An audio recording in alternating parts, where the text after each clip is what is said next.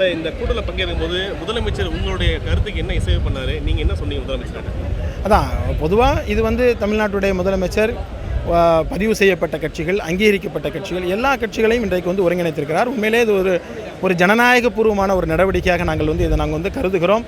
எல்லோருடைய கருத்தும் இதில் முக்கியமானது என்பதை புரிந்து கொண்டிருக்கிற இந்த நடவடிக்கை தொடர வேண்டும் என்றும் நாங்கள் அதில் நான் கோரிக்கை விடுத்தேன்.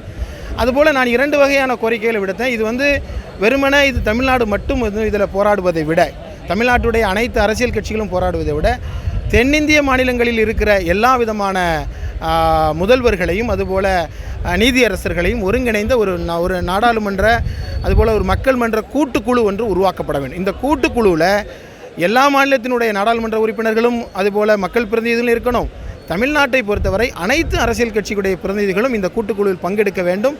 இந்த ஒட்டுமொத்த கூட்டுக்குழுவும் மறுசீரமைப்பு சட்டம் 2002 படி 10A என்கிற பிரிவின் கீழ் இந்தியாவினுடைய ஜனாதிபதியை சந்தித்து வலியுறுத்தி இந்த டீலிமிட்டேஷன் இப்பொழுது நிறுத்தப்பட வேண்டும்.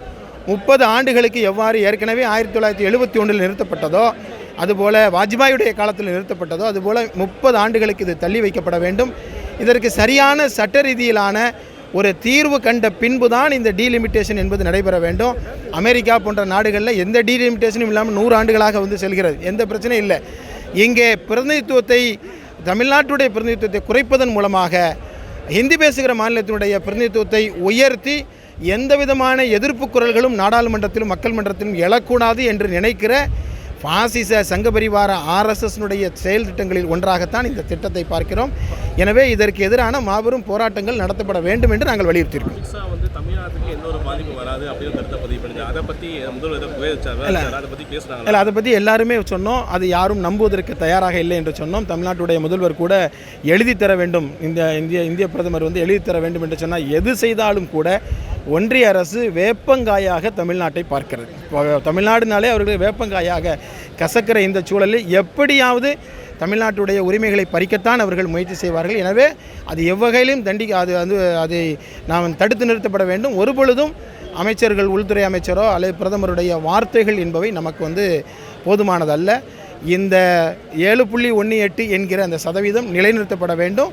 இன்னும் 30 ஆண்டுகளுக்கு இது நடத்தப்படக்கூடாது. அதற்கு பின்பு மக்கள் தொகையில் ஒரு சரிசமமான நிலை ஏற்பட வேண்டும். இந்த நிலை ஏற்பட்டதுக்கு காரணமே ஒன்றிய அரசு தானே. ஒன்றிய அரசு சொல்லுகிற அந்த குடும்ப கட்டுப்பாட்டு திட்டத்தை சரியான முறையில் நடைமுறைப்படுத்தியதனுடைய விளைவு தான் இன்றைக்கி தமிழ்நாட்டுடைய மக்கள் தொகை என்பது இன்றைக்கி தென்னிந்திய மக்கள் தொகை குறைந்திருக்கிறது. அதை சரியான முறையில் கேட்காதவர்களுடைய பிரதிநிதித்துவம் அதிகமாவதும், தமிழ்நாடு போன்ற மாநிலங்களுடைய பிரதிநிதித்துவம் குறைவது என்பது என்ன?